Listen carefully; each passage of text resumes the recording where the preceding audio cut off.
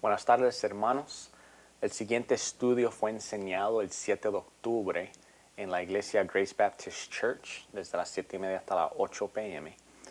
De ahora en adelante, los estudios que se subían los jueves ahora serán subidos a la página nuestra de YouTube. Una semana sí, una semana no, que es cuando nosotros nos vamos a reunir en persona en la iglesia. Entonces puedes acompañarnos en la iglesia los miércoles para así participar de los estudios en persona, pero si no puede llegar, pues para que sepan que vamos a subir los estudios para los miembros de Grace Baptist Church que no pueden estar en personas. Entonces, de ahora en adelante nosotros vamos a mirar a un libro llamado ¿Qué es el Evangelio? What is the Gospel? Y fue escrito por Greg Gilbert. Y se trata de eso mismo, de definir el Evangelio y de explorar por qué es tan importante para nosotros saber cómo definirlo y cómo cambia nuestras vidas, qué implica para nosotros los cristianos el Evangelio. Hay muchas personas que buscan traducirlo de diferentes maneras, entonces es muy importante tener una traducción bíblica del Evangelio de Jesucristo. Vamos a estar en este libro por unas semanas, Dios mediante, y de nuevo le invitamos a que nos acompañe los miércoles en persona para participar del estudio, pero si no puede llegar, saben que se van a subir. Entonces, aquí tienen el estudio, el primer estudio de nuestra nueva serie, que es el Evangelio. Buenas noches, hermanos. Como ya le expliqué, vamos a comenzar hoy mirando el libro por Greg Gilbert, que es el Evangelio. Es un libro pequeño, pero muy impactante. Lo puedes encontrar en Amazon o muchos lugares en Internet. Y vale la pena leer el libro con calma. Voy a hacer un resumen realmente de los puntos más importantes del libro, pero si lo puedes conseguir y lo puedes leer por su propia cuenta, creo que sería buena idea. Y si no, no me equivoco, el libro también existe en español, pero yo le verifico y le consigo el enlace. Entonces hoy vamos a ver la introducción y el capítulo 1 básicamente de este libro. ¿Qué es el Evangelio? Muchas personas definen el Evangelio de formas diferentes. Algunos dirían que el Evangelio es que Dios te perdona cuando crees en Él. Otros dicen que el Evangelio es que Dios te ama y que tiene un plan maravilloso para tu vida y que se trata de vivir tu mejor vida ahora. O quizás has escuchado que el Evangelio es que tú eres un hijo de Dios y Él quiere que estés contento y que tengas victoria, ¿verdad? O también hay personas que dirían que el Evangelio es que uno tiene que tratar lo más posible, uno tiene que luchar y tratar lo más posible para que Dios le perdone. Y hay personas que quizás hasta hablarían de la muerte de Jesús y dirían el Evangelio es que Jesús murió por tus pecados para que sepas que eres salvo. Pero aún esa última definición le falta información muy importante. Entonces, hay diferentes opiniones en cuanto a qué es el Evangelio. Entonces le hago la pregunta, ¿por qué es importante definirlo correctamente? Bueno, porque si Dios es real, y sabemos que lo es, entonces nosotros estamos bajo su juicio por nuestro pecado, lo cual también es cierto. Y si eso es así, si Dios es real y estamos bajo su juicio, entonces necesitamos saber cuáles son las buenas noticias del Evangelio. Queremos la respuesta correcta para la siguiente pregunta. ¿Cómo sabes que fuiste salvado del juicio de Dios? El Evangelio es la contestación a esa pregunta, pero si no tenemos la definición correcta del Evangelio, estamos en problemas. Entonces es importante definirlo correctamente. Pero otra pregunta, ¿dónde buscamos esa definición del Evangelio? Si queremos una definición correcta, ¿dónde la encontramos? La encontramos en la Biblia, en la palabra de Dios. La Biblia es la palabra santa del Señor y ahí es donde encontramos definiciones del Evangelio. Y muchos quizás piensan que eso es obvio, pero mira, para muchas personas no lo es. Hay personas que dicen que definimos el Evangelio con nuestras emociones. El Evangelio es algo que se siente. Es algo que uno siente en lo más profundo de su ser y ahí uno sabe qué es el Evangelio. O otras personas dirían, no, el Evangelio uno lo entiende por medio de la razón. Uno la razona y así que uno entiende el Evangelio. Y Y miran, ni la experiencia ni la razón nos da la definición del Evangelio. La definición del Evangelio se encuentra en la Biblia, en la palabra de Dios. Segunda Timoteo, capítulo 3, versículo 16, nos acuerda que toda la palabra es inspirada por el Señor. Y en Salmos 18:30, David habla de cómo Dios es perfecto y que la palabra del Señor siempre es verdad. Entonces, tenemos que ir a la Biblia, a la palabra de Dios, si queremos una definición correcta del Evangelio. Nosotros, espero que esto sea el caso, pero como cristianos nosotros reconocemos que la Biblia es la palabra de Dios y por lo tanto es nuestra autoridad. Y como nuestra autoridad, la Biblia es lo que dicta cómo definimos el Evangelio. La Biblia es lo que nosotros buscamos para saber más de quién es el Señor y para ir creciendo en conocimiento y sabiduría y aún nuestro conocimiento de doctrina. Ok, está bien, la Biblia, vamos a la Biblia. ¿Dónde en la Biblia comenzamos? Pues hay muchos lugares en la Biblia donde uno puede leer del Evangelio, pero Romanos es un buen lugar para comenzar. Y ahí comienza el autor del libro What is the Gospel? Ahí comienza Greg Gilbert en Romanos. Y esto es algo que se ha visto a través de muchos años. Se llama el camino romano, the Roman Road. Porque Pablo, en su carta a los romanos, como él no los conocía, él es bien metodódico en cómo escribe su carta. Y en los primeros 4 capítulos, esto es lo que hace Pablo en el libro de Romanos. Él explica el Evangelio. Él comienza en el capítulo 1, versículo 16, hablando de cómo el Evangelio es el poder de Dios para la salvación, ¿verdad? Ahí introduce la palabra Evangelio. Entonces, de ahí en adelante él va definiendo lo que es. Y vamos a dividir esto en 4 puntos. Primero, Pablo comunica a sus lectores que ellos son responsables ante Dios. Otra forma que lo podríamos decir es que Pablo comunica a sus lectores que ellos tendrán que rendir cuentas a Dios. Vemos a Romanos capítulo 1, 18 al 19. Porque la ira de Dios se revela desde el cielo contra toda impiedad e injusticia de los hombres que detienen con injusticia la verdad. Eso es un buen recordatorio, hermanos, que Dios es creador. Él es creador y nosotros somos la criatura. Nosotros no nos creamos a nosotros mismos. El Señor fue quien creó a todo, ¿verdad? La ira de Dios es revelada desde el cielo porque Él creó el cielo y a todas las cosas. Ahora, ¿qué implica esto que Dios es creador? ¿Por qué Pablo les recuerda esto a sus lectores tan rápido en el libro? Bueno, porque esto tiene una implicación importante. La implicación es, si Dios es creador, entonces nosotros somos responsables ante Él. Si Dios es creador, Él tiene el derecho para demandar que nosotros lo adoramos a Él. Mira la palabra de Pablo en el capítulo 1, versículo 21. Pues habiendo conocido a Dios, no le glorificaron como a Dios, ni le dieron gracias, sino que se envanecieron en sus razonamientos y su necio corazón fue entenebrecido. ¿Vieron eso? No le glorificaron a Dios. Dios espera ser glorificado. Nosotros somos responsables ante Él y como Él nos hizo, nosotros debemos honrarlo y glorificarlo con nuestras vidas. Debemos vivir nuestras vidas de una forma que reconoce su autoridad sobre nosotros. Como lo dice Gilbert en su libro, fuimos creados por Él, por lo tanto Él es nuestro dueño. Nosotros somos dependientes de Él y nosotros le rendimos cuentas a Él. Él es el creador, nosotros somos la criatura, entonces somos responsables ante Él. Ese es el primer punto que Pablo establece en los Romanos. ¿Cuál es el segundo? Segundo, Pablo le comunica a sus lectores que su problema es que se rebelaron contra Dios. El problema de sus lectores y por lo tanto toda la humanidad es que nos rebelamos contra Dios.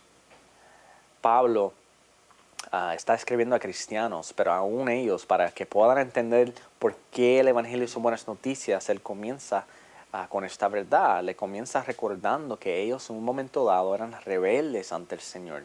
Capítulo 1, versículo 23.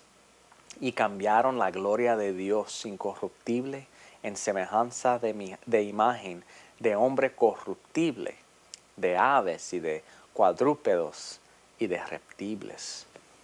Piensen en eso un momento. Los humanos consideran, o nosotros a veces, ¿verdad?, consideramos a los animales y a los insectos y a imágenes hechas de madera y metal, a las estatuas y a veces hay personas que hasta los árboles, ¿verdad?, consideran a estas cosas más preciosas, más dignas de nuestra adoración y alabanza que Dios, el creador del universo. Es horrible, eso es una rebelión contra el Señor. Y es importante entender que la raíz de todo pecado es eso, la rebelión contra Dios. Cuando nosotros pecamos, nosotros estamos declarando que Dios no tiene autoridad sobre nosotros. Estamos rebelando contra su autoridad en nuestras vidas. Y hermanos, básicamente por los siguientes capítulos, capítulo 2, capítulo 3, Pablo sigue enfatizando este punto. Y al principio parece que le está hablando solamente a los gentiles, pero en el capítulo 1, capítulo 2, versículo 1, él dice claramente que todos, tanto el judío como el griego, todos, las personas en todos los lados, todo humano, entonces todo el mundo, están bajo el juicio de Dios. No hay ni una persona que es inocente, no hay ni una persona sin pecado. Todos han rebelado contra el Señor. Entonces, estamos tratando de definir el Evangelio y hasta ahora todo lo que hemos dicho suena muy negativo, ¿verdad que sí? Esto no suena como buena noticia, suena como mala noticia. Pero mira, eso está bien. De hecho, eso es importante porque para nosotros apreciar por qué el Evangelio son buenas noticias, tenemos que entender primeramente cuáles son las malas noticias. Aquí muchos predicadores y ministros fallan. Quieren hablar de la muerte de Jesús y quieren hablar de la fe y de la salvación que tenemos en Él, pero no explican las malas noticias, no explican que nosotros somos rebeldes, que hemos pecado contra Dios y estamos bajo el juicio de Dios. Esa primera parte es la parte ofensiva del Evangelio. Por eso es que hay muchas personas que no la quieren escuchar. No quieren escuchar que son pecadores, que están bajo juicio. Pero es la realidad. Esas son las malas noticias.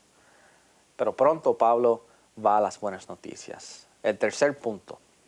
Pablo dice que la solución de Dios al pecado de la humanidad es la muerte sacrificial y la resurrección de Jesucristo.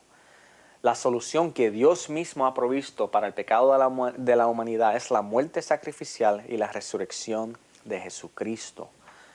Después de explicar las malas noticias, Pablo comparte las buenas nuevas del Evangelio. Vemos esto comenzando en el capítulo 3, versículo 21. Pero ahora, vean eso, pero ahora, a pesar de la rebelión de los humanos, a pesar del pecado, ahora, aparte de la ley, se ha manifestado la justicia de Dios.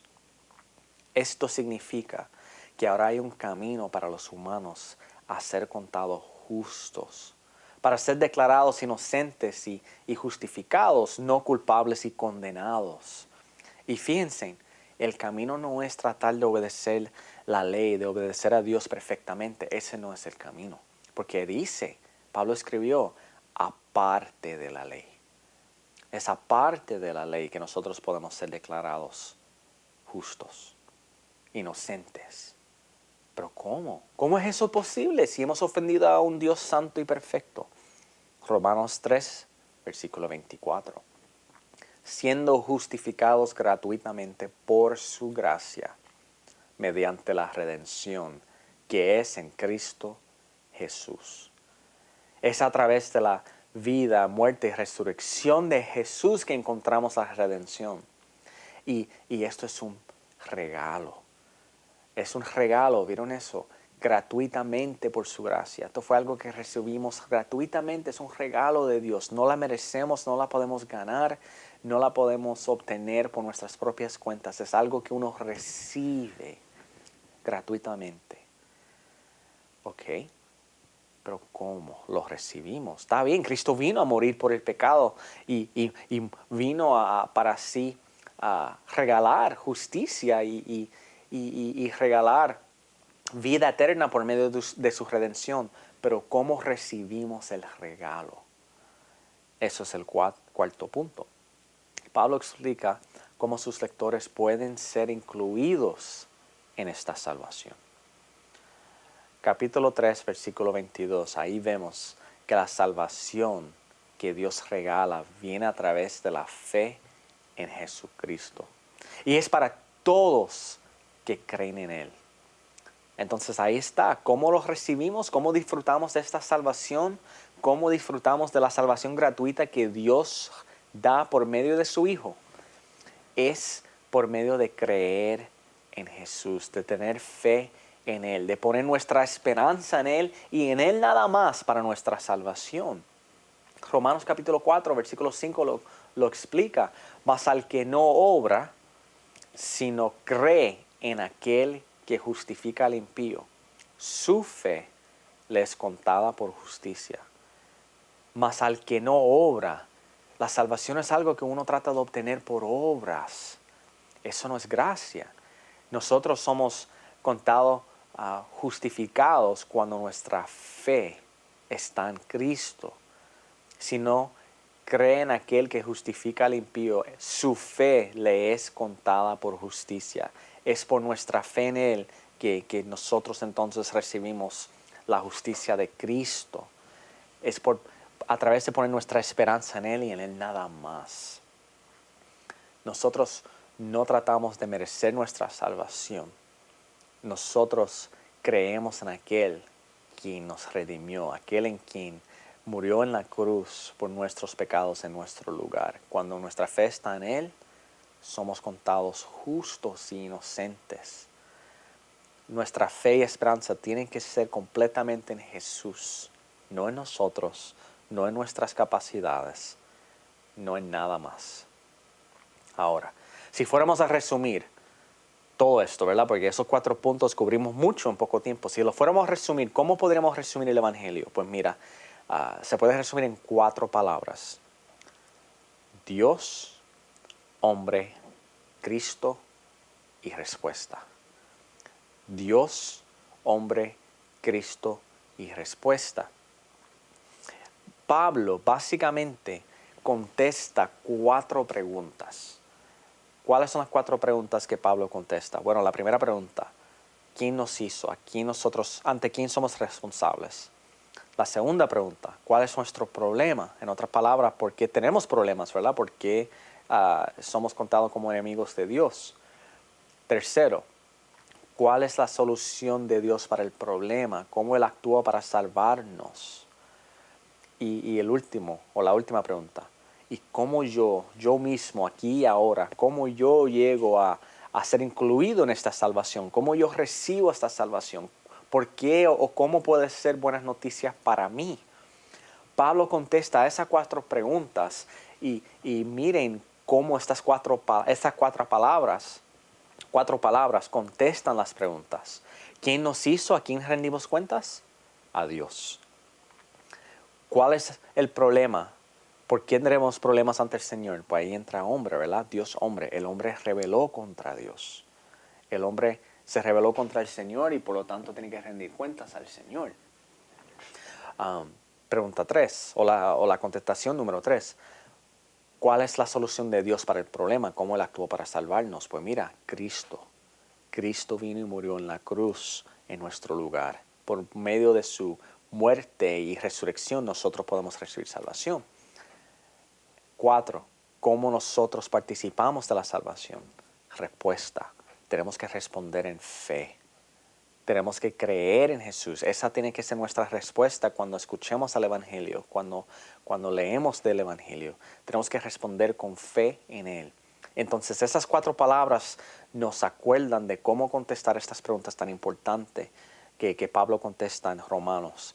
Dios, hombre, Cristo, respuesta.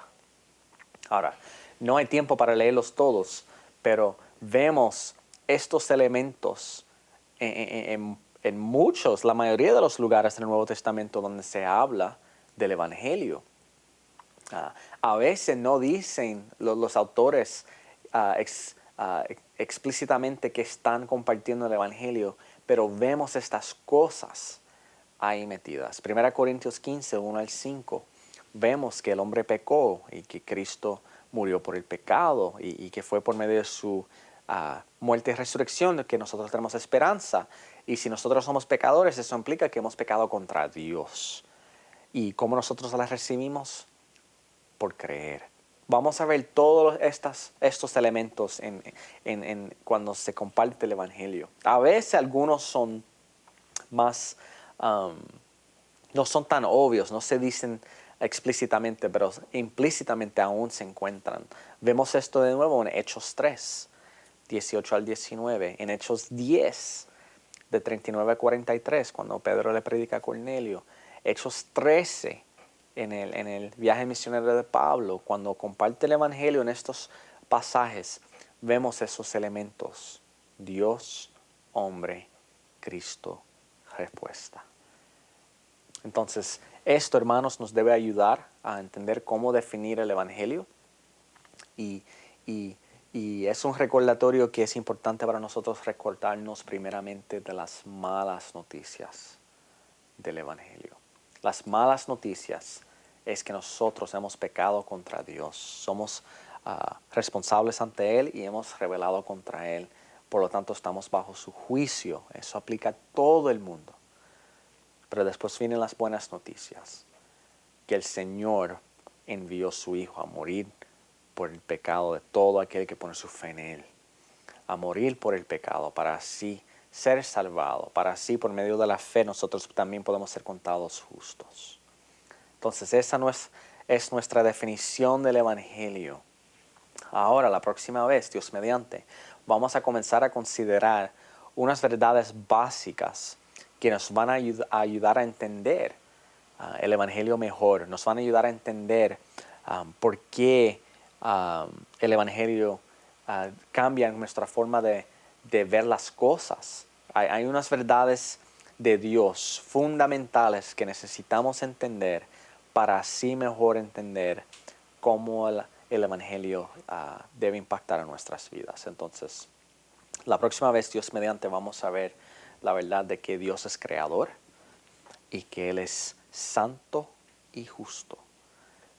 Entonces, nos vemos la próxima vez. Si nos puedes acompañar a las 7:30 en Grace Baptist Church el miércoles 21, pues sería un gozo para nosotros tenerla ahí.